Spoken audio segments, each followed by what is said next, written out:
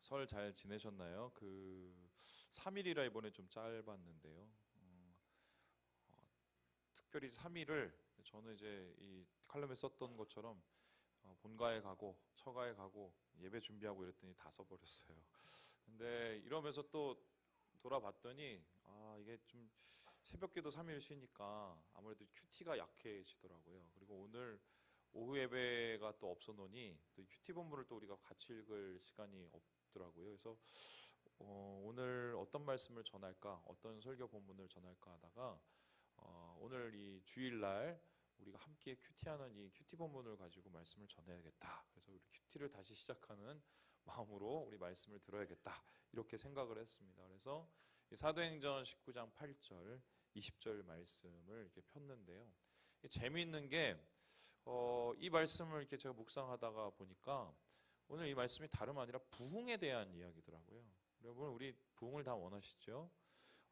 교회의 부흥뿐만 아니라 가족의 회복과 부흥을 원합니다. 부흥이라는 것은 리바이벌이죠. 다시 살아나는 것을 뜻하는데 우리의 신앙이 다시 살아나고 우리 삶이 다시 살아나고 우리 살맛이 나는 그 기쁨이 다시 살아나는 것이 바로 부흥 아니겠습니까?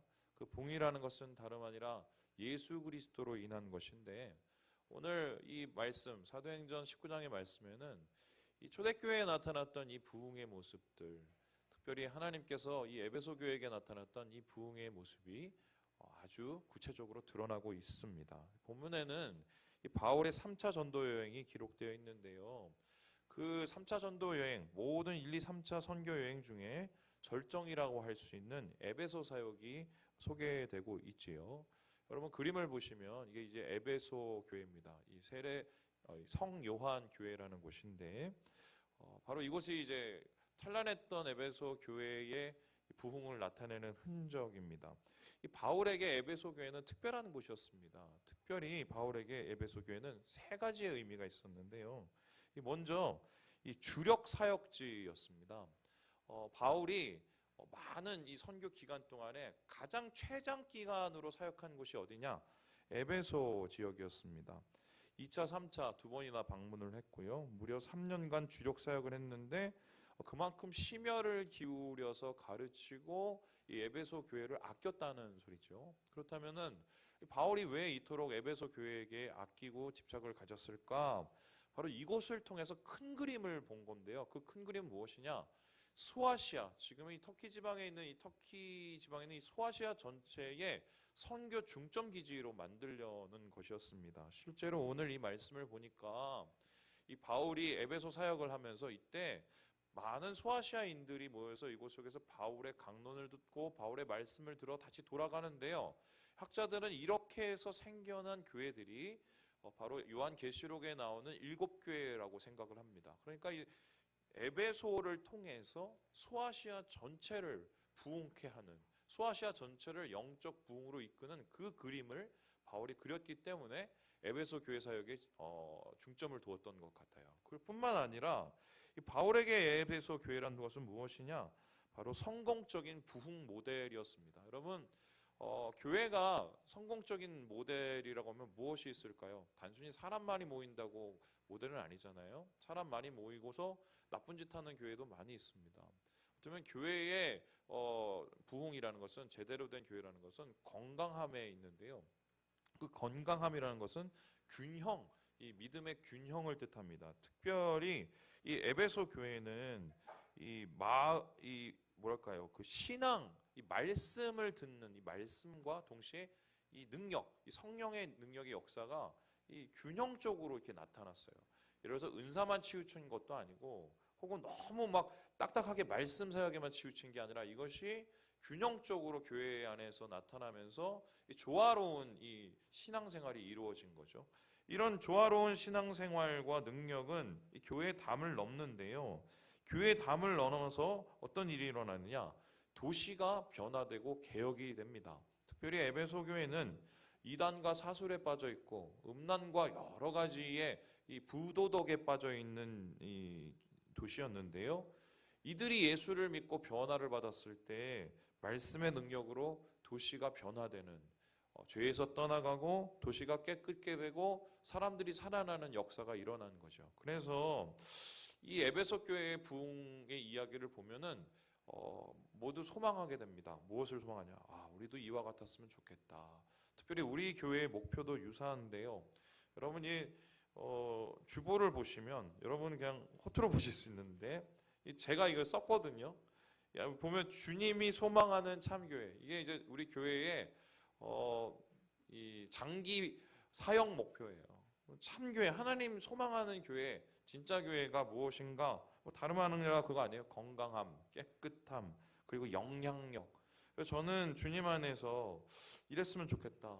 건강한 교회, 깨끗한 교회 됐으면 좋겠다. 이것을 위해서 노력하고 있습니다. 뿐만 아니라 우리 교회가 우리만 잘 먹고 잘 사는 교회가 아니라 주변 이웃과 마을과 도시를 잘 살게 하는 이 마을을 살리는 교회가 됐으면 좋겠다. 이 마음으로 이 표를 지었고요. 또 뿐만 아니라 우리 교회가 교회를 세우는 교회가 되었으면 좋겠다. 그래서 조그만 교회일지라도 이 한국 교회의 모델을 제시하는 좀 성공적인 이 부흥 모델이 됐으면 좋겠다. 이런 마음이 있었거든요. 그러므로 에베소 교회의 부흥은 우리 교회의 좋은 모델일 뿐만 아니라 우리 가정의 모델인 것 같아요. 그죠? 우리 가정이 하나님 안에서 정말 깨끗하고 건강할 뿐만 아니라 또 주변에 있는 가정들을 또 살려내고 말이죠. 우리를 통해서 교회가 부흥되는 이것이 우리가 소망하는 바이죠. 자, 그렇다면은 이제 중요한 질문을 한번 이제 던져보게 되죠. 에베소 교회는 어떻게 이러한 부흥을 이뤄냈을까? 어떻게 이렇게 7교회에 영향을 준 선교 기지가 되고 도시를 변화시키고 균형 잡힌 신앙을 가진 많은 신앙인들을 배출하는 이러한 성공적인 부흥 모델이 될 수 있었을까? 이에 대해서 20절은 다음과 같이 이야기를 하고 있습니다. 함께 20절의 말씀을 같이 한번 읽어보도록 하겠습니다. 20절 말씀입니다. 시작.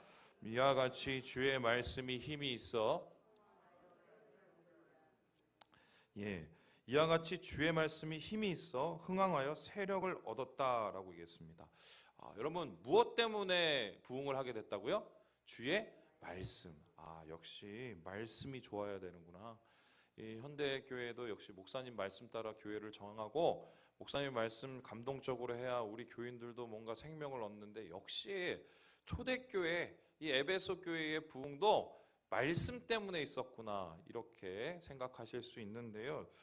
현실은 조금 다릅니다. 이제 물론 완전히 틀린 말은 아닌데 정확한 말도 아니에요. 여기 본문에서 말하는 말씀에 힘이 있다는 표현은 단순하게 목사님 말씀 너무 좋아요, 아니면 감동적이에요, 내가 마음이 움직였어 이런 뜻이 아니라 더 구체적이고 확장된 개념이었어요.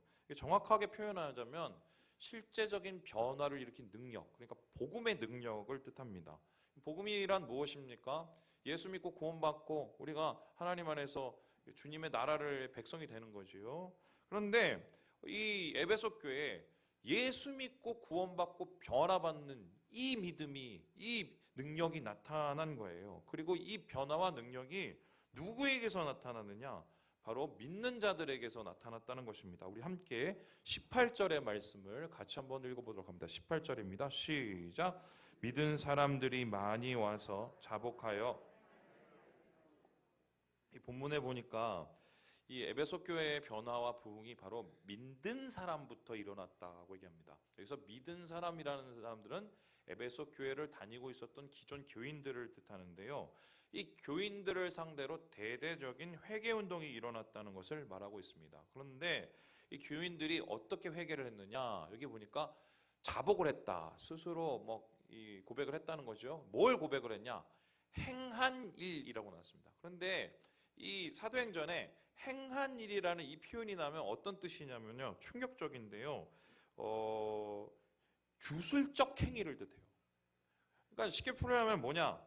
예수 믿고도 아직 점집 다니고 다른 것 의지하면서 죄짓고 살았다는 거죠. 과거에 벗어나지 못한 부끄러운 삶을 살았다는 것인데 이것을 교인들이 자복하며 회개했다는 것입니다. 더 이상 과거에 머물지 않고 사람들에게 고백하면서 내가 벗어나겠다고 결단을 한 거지요.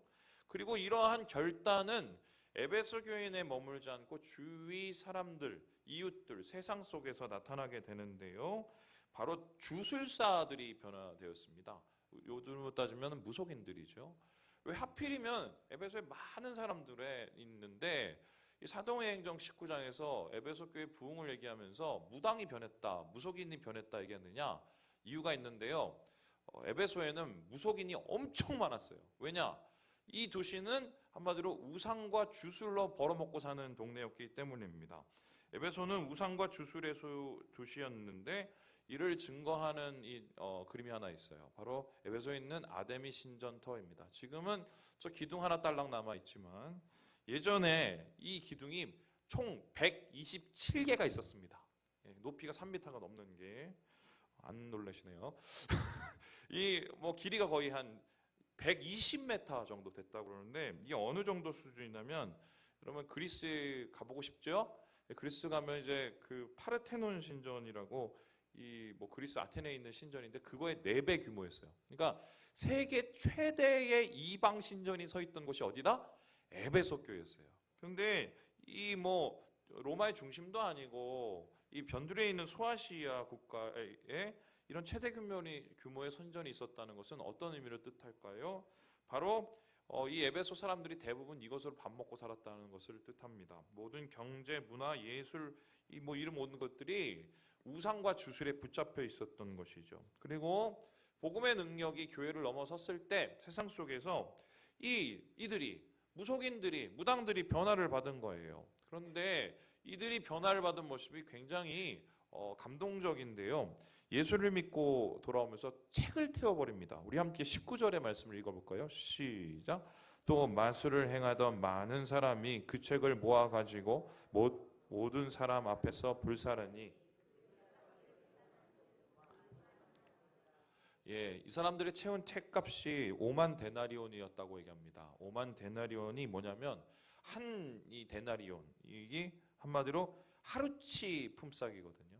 그러면 요즘으로 따지면 이 하루치 품삯을 6만 원 정도로 생각을 한다면 최소 30억 원 이상이 됩니다. 그래서 139년 임금의 책을 다 불태운 거예요. 이거 어마어마한 것이죠. 뿐만 아니라 이 30억 원의 책을 태운 것도 놀랍지만 더 놀라운 게 뭐냐면 이후의 삶인데요. 이 무당이 점치는 사람이 점책을 세웠다는 것은 어떤 뜻을 뜻하는 거죠? 다시는 내가 점 안 친다. 자기 생계를 가지고 있던 거 생존을 위해서 먹고 사는 방편을 어떻게 해요? 버려버리겠다.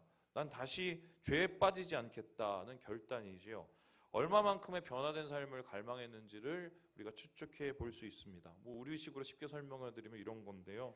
이 산에 올라가서 바로 신 받아갖고 따끈따끈하게 가게 얻어갖고 점집을 차린 어떤 새내기 무속인이 있다고 한번 생각을 해보세요. 그런데 예수 믿고 이 집도 이 가게도 다 포기하고 예수를 제대로 믿어보려고 노력하는 이런 일이 일어나는 거예요. 좀 더 또 표현해드리면 종잣돈 몇 억 긁어 모아갖고 뼈 빠지게 일수 찍어서 돌아다니던 아줌마가 예수 믿고 나서 일수 포기하고 돈도 포기하고 제대로 예수 믿는 권사가 된 게 이 지금 있는 상황이거든요.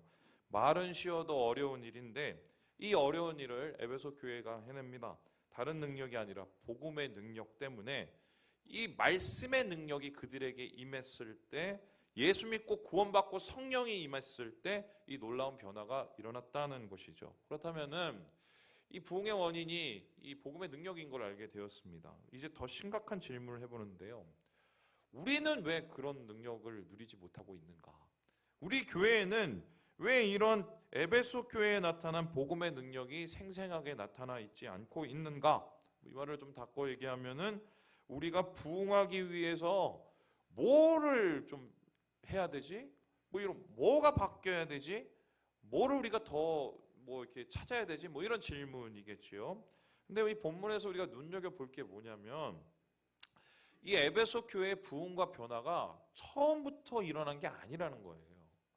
바울도 실패했고요. 어려움이 있었고요. 시험이 있었어요. 그런데 중요한 것은 이 실패와 어려움과 장애를 바울이 그냥 포기하지 않고 뭘 했어요? 극복을 하고 이겨냈을 때 이 교회에, 이 도시에, 이 가정 가운데 하나님의 능력이 임했다는 것입니다. 그렇다면 우리가 부흥하기 위해서는 어려움의 장애, 복음의 능력을 가로막는 장애를 우리가 이겨내야 된다는 것이죠. 그러면 본문에서 바울이 이겨낸 복음의 능력의 장애 무엇이었을까? 세 가지 정도로 정리를 할 수 있습니다. 첫 번째가 뭐냐면요, 우리 같이 한번 읽어보죠. 시작. 다친 마음, 다친 마음이 있어요. 다친 마음. 한마디로 이 바울이 이 다친 마음을 극복했을 때 이 에베소 교회 가운데 부흥이 임했다는 것입니다. 우리 함께 9절의 말씀을 같이 한번 읽어보지요. 시작. 어떤 사람들은 마음이 굳어 순종하지 않고 무리 앞에서 이 도를 비방하느니 바울이 그들을 떠나. 여러분, 여기에서 어떤 사람이라는 사람들은 유대인들을 뜻합니다. 바울은 특별히 선교 전략으로 유대인 회당, 유대인 교회 가서 먼저 말씀을 가르쳤어요. 거기에서 몇 달을 가르쳤냐면 3달 동안 가르칩니다. 3달 동안 열심히 말씀을 가르쳤는데 아무 일도 일어나지 않아요. 그 아무 일도 일어나지 않는 이유를 무엇이라고 했느냐? 3가지라고 얘기하는데 마음이 굳었다, 순종하지 않았다, 그리고 비방했다라는 거예요. 바로 완고한 마음과 불순종하는 마음과 비방하는 마음이 다친 마음이고, 이 다친 마음이 있는 이상은 능력과 이 부흥의 역사가 나타나지 않는다는 것입니다. 그렇습니다. 우리가 예수 그리스도의 복음으로 변화되기 위해서 중요한 게 무엇이냐? 열린 마음이에요. 여러분, 아무리 좋은 얘기 갖다 하고 아무리 감동적인 얘기를 갖다 해도 어떻게 해요? 마음이 열리지 않으면 변화는 일어나지 않습니다. 그러면 왜 우리는 열리지 않고 자꾸 마음이 닫히게 될까? 여러분, 이 본문에서 보면은 이 유대에 해당들의 이 사람의 상태, 굳은 마음, 불순종하는 마음, 비방하는 마음이 계속해서 일어나다고 이렇게 미완료 시제로 나타나는데요. 이 굳은 마음과 불순종하는 마음과 비방하는 마음의 이 중심, 비뚤어짐이 있죠. 이 비뚤어진 마음을 다른 말로 뭐라고 얘기하느냐? 교만이라고 얘기합니다. 교만이라는 것은 뭐예요? 내 뜻과 다른 뜻이 맞지 않을 때 다른 뜻을 거부하는 마음을 뜻해요. 그것이 내 뜻이 맞으면 좋은데, 내 의가 맞으면 좋은데 내 의가 옳지 않으면 그때부터는 이 사람에게는 아무런 일도 일어나지 않는 것입니다. 이 바울의 이 복음, 바울이 전한 순수 복음조차도 듣지 않는 귀에는 장사가 없었어요. 오늘날도 많은 말씀이 쏟아지고 또 많은 이 좋은 이야기들이 쏟아지지만 듣지 않으면 아무 일도 일어나지 않는다는 것입니다. 제가 예전에 이런 영적 침체를 한 3년 경험했던 적이 있어요. 그때 제가 왜 이런 침체를 경험했냐면, 여러분 가끔 제가 얘기해서 아실 거예요. 중국에서 사역을 하고 돌아왔는데, 돌아오고 나서 하나님 능력으로 총신대를 입학을 했어요. 입학을 하고 나서, 입학을 했으면 많이 배우죠. 많이 배우면은 머리가 커지죠. 그럼 배운 만큼 영적인 능력도 자라나야 되죠. 근데 안 되더라고요. 그 이유가 뭐냐? 결과적으로 제가 알아봤더니 이 손 때문이었어요. 중국 갔었을 때 저를 굉장히 괴롭히던 분들이 있었습니다. 그 현재 있는 선교사들이었는데 자기 사역은 하지 않고 제 사역 방해를 했어요. 뭐 부끄러웠나 봐요. 왜 그런지 잘 모르겠어요. 제가 황당한 일도 많이 당했어요. 그리고 뿐만 아니라 한국에 돌아왔을 때 우리 청년부 목사님이 우간다로 선교를 가시고 새로 목사님이 오셨는데 그분이 저를 굉장히 핍박을 많이 하셨습니다. 이유는 말을 너무 안 듣는다고. 근데 좀 요구하시는 게 좀 황당한 요구들이었거든요. 그래서 이제 제가 거의 반협박으로 교회를 떠나게 됐는데요. 그 마음속에 이게 상처가 있잖아요. 상처가 있고 권위에 대한 어떤 부정적인 마음이 있는데, 그 상황에서 뭐 신학적 지식이 들어가고 성격적 지식이 들어가니까 어떻게 돼요? 이 손가락이 더 굳어지더라고요. 그래서 이놈들 저놈들 이러다가 어떻게 해요? 내 자신을 돌아보는 성찰의 기회가 적어지는 거예요. 성찰이 적어지니 어떻게 됩니까? 귀가 닫히고 귀가 닫히니 어떻게 돼요? 변화가 없고 복음의 능력이 사라지게 되는 거죠. 오늘 유대인의 회당의 사람들은 이 닫힌 마음 때문에 복음을 얻지 못했습니다. 그런데 이 바울은 그럼에도 불구하고 말씀 전하였고, 이 닫힌 마음을 열었을 때 결과적으로 에베소 교회 가운데 부흥과 회복의 역사가 일어났다. 이것이 이 바울이 극복한 첫 번째의 복음의 능력의 장이었다는 것입니다. 그렇다면 두 번째로 바울이 극복한 이 복음의 장애는 무엇이었을까? 우리 같이 한번 따라해보죠. 시작. 가짜 신앙이었다는 거예요. 우리 함께 13절의 말씀을 같이 한번 읽어보겠습니다. 시작. 이에 돌아다니며 마술하는 어떤 유대인들이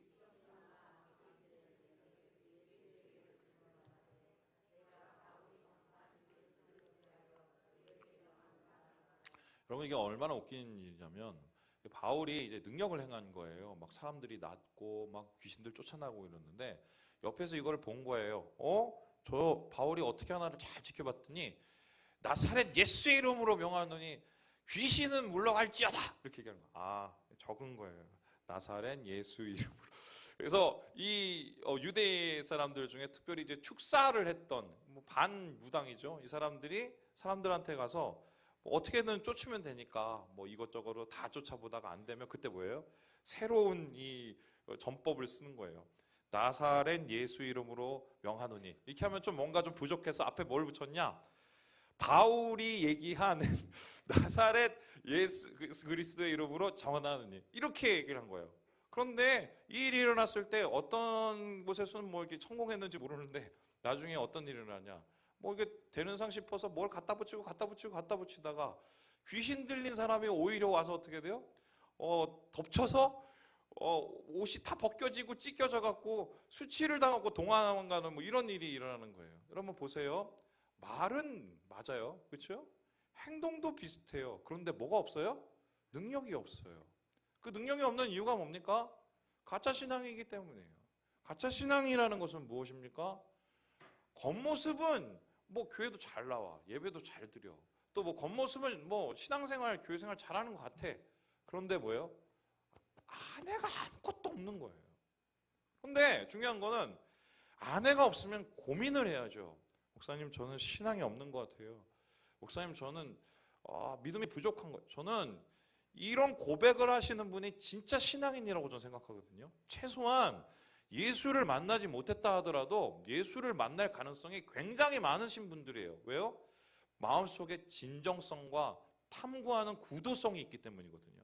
그런데 본문에서 이 바울 일행은 지금 어떤 바울에 반대되는 이 유대 사람들은 어떤 일을 벌이냐? 믿지는 않아. 그리고 예수님과 관계도 없어. 그리고 그 관계는 삶도 살지도 않아요. 그런데 어떻게? 입만 반질이라는 신앙, 그리고 복음의 능력 앞에 자기 자신을 순종하는 게 아니라 복음의 능력만 먹으려는 신앙, 이 바로 이 껍데기 신앙을 가진 거예요. 이 껍데기 신앙이 결론적으로 어떻게 해요? 진짜 신앙, 진짜 복음을 가로막게 되는 것이죠. 이 프랑스 국립도서관에 보관되어 있는 이 애굽에서 발견된 주술 파피루스가 있는데요. 여기에 이제 뭐라고 기록되어 있냐면, 나는 너에게 히브리인들의 하나님 예수의 이름으로 명한다라는 주문이 있다고 합니다. 여러분, 웃겨요. 예수 믿고 쫓으면 되지 뭘 이렇게 말도 안 되는 주문을 만들어. 근데 제가 볼 때는 한국 교회에 이러한 주문을 외우시는 분이 되게 많아요. 아닌 것 같아요? 내가 예수 믿어서 부자 된다. 내가 예수 믿어서 뭐 한다. 내가 능력을 얻고. 여러분, 제가 예전에 산기도 했었을 때, 산기도 예전에니까 요즘에 안 하는 게 좀 문제겠네요. 그 새벽에 그 추운데 막 눈이 막 이렇게 내리치는데 거기에 올라가서 막 몇 달 동안 저기 덮어 쓰고 비닐로 덮어 쓰고 기도하시는 분들 목도 이래요. 제가 또 되게 호기심이 발동하잖아요. 그분들 내려오는 걸 내가 기다렸다가 물어봤어요. 그래서 왜 여기 계세요? 그래서 그러니까 이렇게 하나님을 기도하고 막 했어요. 아니 더 진짜 왜 계세요? 물어봤더니 그분이 대답 뭐라고 하시냐면 능력 받기 위해서 여기 있다는 거예요. 그래서 아니 능력 받으면 뭐 하시려고 그러시는데, 그랬더니 능력받아야 사역을 한대요. 그 능력이라는 게 보통 어떤 능력입니까? 병 고치는 능력, 뭐 방언 내리고 뭐 하는 능력, 사람들에게 보이기 위한 능력이죠. 저는 그분의 입에서 이런 얘기가 나오길 원했어요. 주님을 더 가까이 하고 싶은 마음에, 주님을 더 알고 싶은 마음에, 예수님을 더 깊이 만나고 싶은 마음에 제가 이 산을 떠나지 못해. 이게 엄청 은혜가 되죠. 그런데 능력받기 위해서, 그럼 능력받으면 산을 어떻게 내려요? 내려가겠지요. 왜요? 그 능력을 사용해야 되니까. 여러분, 우리가 예수 믿으면서 예수님과 관계하고 예수님과 만나는 게 먼저지, 예수 때문에 없는 콩고물 부스러기를 먼저처럼 여기는 신앙, 이건 가짜 신앙이에요. 오늘 이 에베소 교회의 이 문제는 이 가짜 신앙을 넘어야 된다는 것입니다. 한국 교회의 이 문제점이 뭐예요? 이 가짜 신앙에 붙잡혀 있기 때문이에요. 성공, 또 뭐 양적 부흥, 뭐 돈. 결국 이렇게 해서 한국 교회의 끝을 보세요. 지금 부끄러운 모습으로 세상에 밟히고 있는 소금이 되어 있는 우리의 현실. 여러분, 이 복음의 능력을 방해하는 두 번째 장애물은 가짜 신앙이고, 이 가짜 신앙을 극복해야 이들 가운데 진정한 부흥이 일어났다는 것을 우리가 살펴보게 되는 것입니다. 세 번째, 마지막으로 이 바울이 극복했던 이 복음의 능력을 방해하는 장애물이 무엇이었을까? 우리 같이 한번 읽어보죠. 시작. 좌절과 포기. 저는 특별히 이것을 되게 강조하고 싶은데, 중도에 포기하는 믿음이에요. 여러분, 이제 뭔가를 이렇게 감동적인 설교를 하고 말씀을 나누면 눈물이 막 이렇게 흐르시고 뭔가 변화되는 분들이 있어요. 그러고 나서 저한테 와서, 목사님, 오늘 주님 안에서 정말 은혜로웠습니다. 제가 너무 변화돼서 감사해요. 막 이랬어요. 저는 그 얘기 들으면 되게 기쁘거든요. 야, 하나님이 나를 쓰셨구나.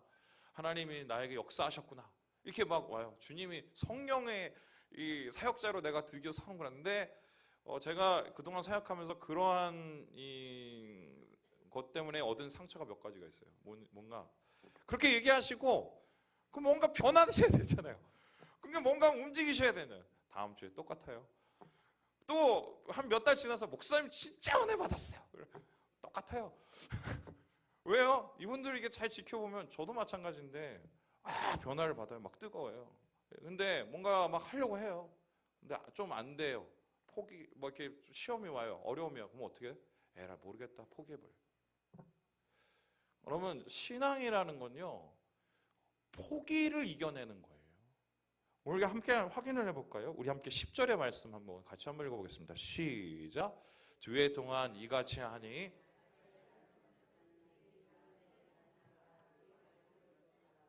여러분, 이렇게 가짜 신앙인들이 판치고, 또 뿐만 아니라 이 열리지 않는 이 마음들, 닫힌 마음이 판치는 이 에베소에서 한 번 해보고 안 되면, 두 번 해보고 안 되면 세 번 해보고, 그래도 안 되면 그냥 떠나요, 보통 사람들.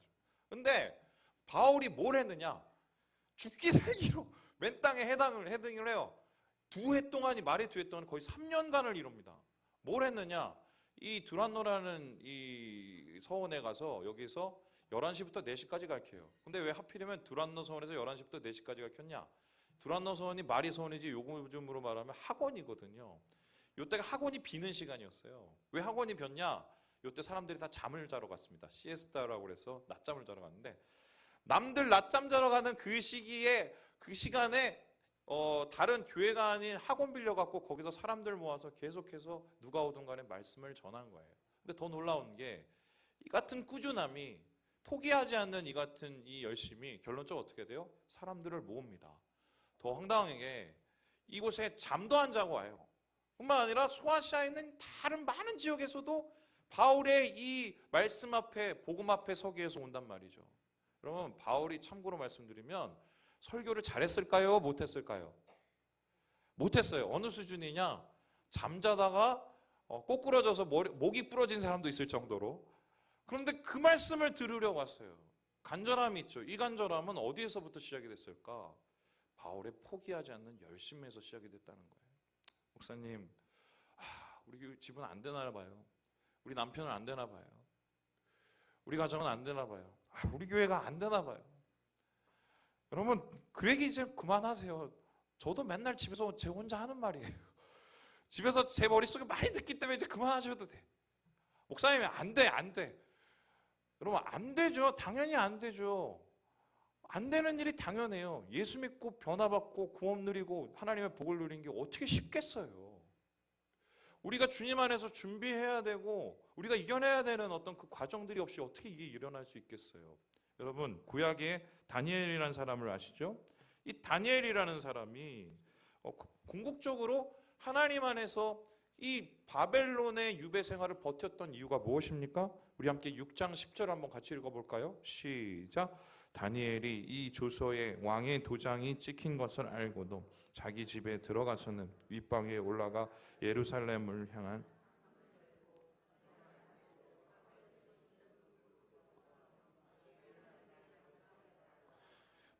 다니엘이 이 바벨론의 끔찍한 유배 생활을 이겼던 게 뭐냐?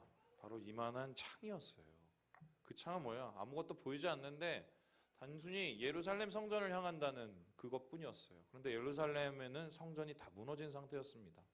그런데 다니엘은 그 성전을 향해서 창을 열어놓고 기도를 했거든요. 꿈을 위한 기도예요. 그 꿈이 뭐예요? 주님, 지금은 힘들지만 언젠가는 주님께서 예루살렘을 회복시킬 줄 믿습니다. 우리 민족을 다시 예루살렘으로 이끄실 줄 믿습니다. 지금은 어렵지만 하나님께서 이 약속을 언젠가는 이루어 주실 줄 믿습니다. 이런 마음 가운데 있는 약속에 대한 믿음, 포기하지 않는 믿음이 결론적으로 다니엘을 이기게 만든 거고 버티게 만든 거고 성공하게 만든 것이지요.